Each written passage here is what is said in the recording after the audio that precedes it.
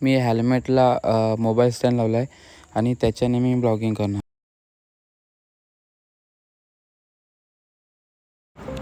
नमस्कार मित्रांनो, माझं नाव जितेश पाटील आणि आज मी यूट्यूबला फर्स्ट टाईम ब्लॉग बनवतो आहे. ब्लॉग बनवण्याचं कारण हे की मी खूप वर्षापासून ठरवलं होतं की मी यूट्यूबला ब्लॉग बनवेन. खूप वर्ष झाली, पण आज तो दिवस आला आहे. आज आपण ब्लॉग बनवतो आहे कारण की आजपासून मी असं ठरवलं आहे की आपण कंटिन्यू करणार इथून पुढे. जर आपण राईडला गेलो तर मोटो ब्लॉग बनवणार, ट्रेकिंगला गेलो तर मोटो प्लस ट्रेकिंग ब्लॉग बनवणार, पण आपण कंटिन्यू चालू ठेवणार. खूप वर्ष झाली मी जव्हारला गेलो होतो. हरिहरगडला जेव्हा गेलो होतो तेव्हा मी जव्हारला बोललो होतो. जव्हारला गेल्यानंतर तिथे शिवनेरी धाबा आहे. बरोबर जव्हारच्या मधोमध शिवनेरी धाबा आहे. तुम्ही तर सर्वांनी बघितला असेलच तो धाबा. त्या धाब्यामध्ये गेल्यानंतर ना एक जव्हारमधील पर्यटन स्थळं आहेत. त्या स्थळांचा तिथे एक वॉलपेपर आहे. तर तिथे ना भूपतगडाचा फोटो होता. तर आणि वाशाळा केव्स पण होती. पण ॲक्च्युली मी ते वाचताना थोडी मिस्टेक केली होती. वाशाळा केव्सला मी भूपतगड वाचलं होतं आणि मी गेलो होतो भूपतगडावरती. मला ॲक्च्युली भूपतगड आवडलाही होता. मी यूट्यूबला व्हिडिओही बघितलं. तर मी ह्या जानेवारीमध्ये भूपतगड जेव्हा ट्रेक केला तेव्हा पूर्ण ट्रेक झाल्यानंतर मी ती खूप वास्तू शोधली, पण ती भेटली नाही मला. त्याच्यानंतर मी घरी आल्यानंतर खूप सर्च केल्यानंतर मला असं समजलं की भूपतगड हा वेगळा आहे आणि वाशाळा केव्स ही वेगळी आहे. कारण की मी एक ब्लॉगसुद्धा बघितला होता. त्या ब्लॉगमध्ये त्यांनी वाशाळा केव्सपासून सुरुवात केली होती. तर मला थोडं ते असं वाटलं की भूपतगडावरतीच आहे. तर आता आपले डाऊट्स क्लिअर झालेले आहेत. तर आपण ती केव्स बघायला चाललो आहे.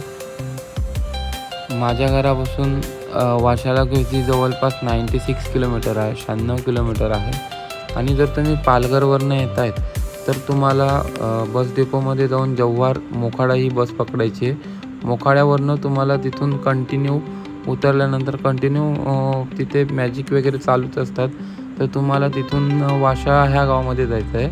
वाशाळा गावामध्ये गेल्यानंतर सुरुवातीलाच तुम्हाला तिथे एक प्रवेशद्वार दिसेल, जे की मी व्हिडिओमध्ये बघितलं होतं.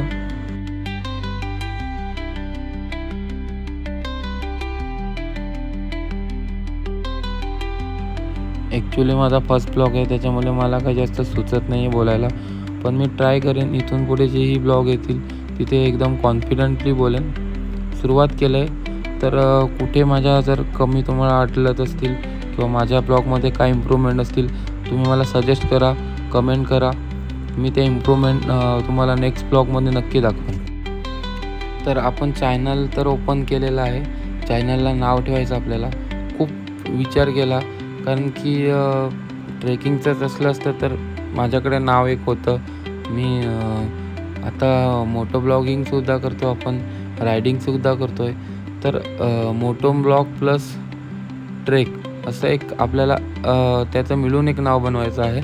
तर मी एक नाव विचार केलं आहे की Jitesh Patil moto and trek diaries हे नाव आपण कंटिन्यू करूयात पुढे यूट्यूबला. आणि मी एक सिरीज करतो आहे जी एक्सप्लोर टू उत्तर कोकण ही सिरीज क्रिएट केलेली आहे. त्याच्यामधील तुम्हाला उत्तर कोकणात असलेले सगळे किल्ल्यांची मी माहिती सांगणार आहे. त्या किल्ल्यावरती जाऊन मी ब्लॉग बनवणार आहे.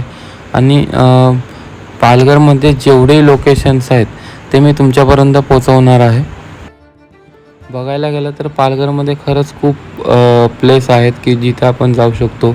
किल्ले आहेत, मंदिर आहेत, धबधबे आहेत, बीच आहेत. खूप सुंदर पालघर जिल्हा आहे. तर तुम्हाला मी नक्कीच माझ्या यूट्यूब चॅनलद्वारे तुम्हाला सर्वच दाखवणार आहे. मी मंदिरं, लेण्या, किल्ले, मोस्ट ऑफ पालघरमधले किल्ले, मंदिरं आणि 1-2 लेण्या आहेत पालघरमध्ये, त्याच्यातली ही एक लेणी. थोडी माहिती मी तुम्हाला पालघरबद्दलही सांगतो. पालघर जिल्ह्याचा इतिहास प्राचीन काळापासून समृद्ध असून तो प्रामुख्याने कोकण किनारपट्टीवरील व्यापार आणि सांस्कृतिक वारशाशी जोडलेला आहे. पालघरच्या प्रदेशावर प्राचीन काली मौर्य, शिलार आणि बिंब राजाचे राज्य व्यापारी मार्ग पश्चिम भारताचा सागरी व्यापार ठाणे जिल्ह्यातील सोपारा आणि कल्याण बंदराकडे या जिल्ह्यातून जाणाऱ्या रेशीम मार्गाद्वारे होत.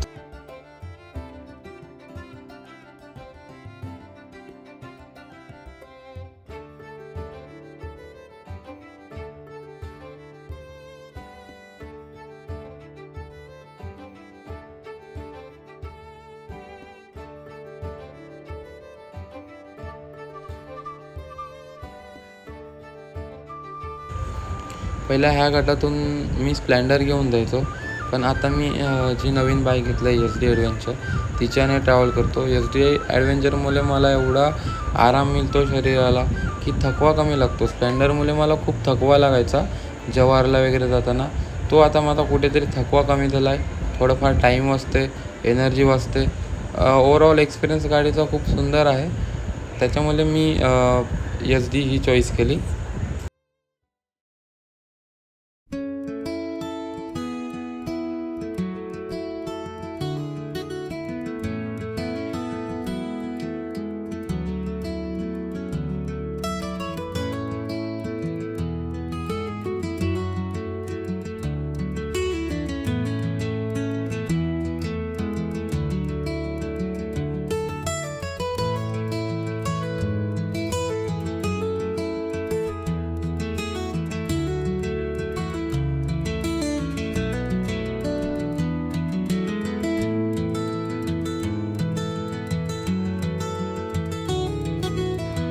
जव्हारमध्ये तुमचं स्वागत आहे. आपण जव्हारमध्ये पोचलो आहे. इथून साधारणतः 23 ते 25 किलोमीटर इतकंच राहिलं आहे दिवसपर्यंत पोचायला. हा समोर दिसतोय तो हरिहरगड आहे मित्रांनो. इथून सुद्धा हरिहरगड दिसतो.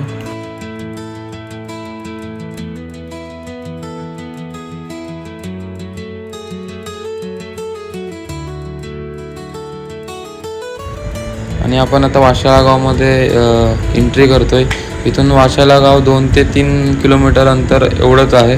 पण हा रस्ता एवढा सुंदर आहे ना, मला वाटलं नव्हतं की एवढ्या आतमध्ये पण एवढे रस्ते सुंदर असतील.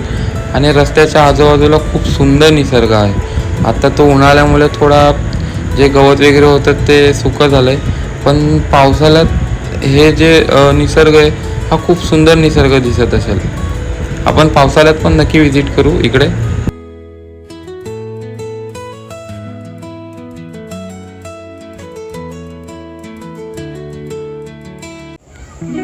गावात आल्यानंतर असा प्रवेशद्वार लागतो. इथूनच आपल्याला आतमध्ये जायचं आहे. प्रवेशद्वारानंतर गावापासून खालतून लगेच अशा पायऱ्या चालू होतात. तिथून फक्त लेणी 5 मिनिटं अंतरावरच आहे. चला तर जाणून घेऊया लेणीचा इतिहास. महाराष्ट्रातील पालघर जिल्ह्यातील मोखाडा तालुक्यामधील वाशाळा लेणी ही एक प्राचीन अर्धवट कोरलेली जैन लेणी आहे. सह्याद्रीच्या कुशीत डोंगराच्या पायथ्याशी वसलेली ही लेणी दुमजली रचनेची असून यात 2 जैन तीर्थकारांच्या उभ्या मूर्त्या आहेत. हे ठिकाण इतिहासाची आवड असणाऱ्यांसाठी एक उत्तम निसर्गमय स्थान आहे. लेणीमध्ये प्रवेश करताच मुख्य प्रवेशद्वाराच्या जवळ दगडात कोरलेले पाण्याचे कुंड आहे. प्राचीन काली डोंगर करून बनवलेले हे जल व्यवस्थापनाचे उत्तम उदाहरण आहे. लेणी ही दुमजली स्वरूपात कोरलेली आहे, परंतु ती अर्धवट राहिलेली दिसते. दर्शनी भागात 2 सुंदर कोरीव स्तंभ आहेत. मुख्य दरवाजाजवळही काही प्रमाणात नक्षीकाम आढळते.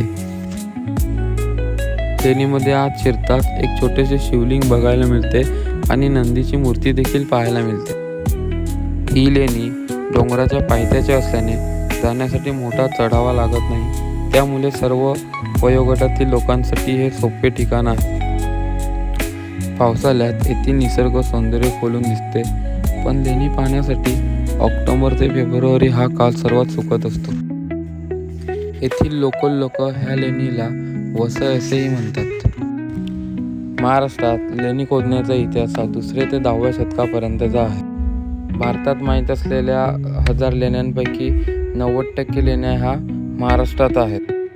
तर ब्लॉगचा शेवट करूया. आणि तुम्हाला जर माझ्या ब्लॉगमध्ये काही चुका वाटत असतील तर प्लीज मला कमेंट करा.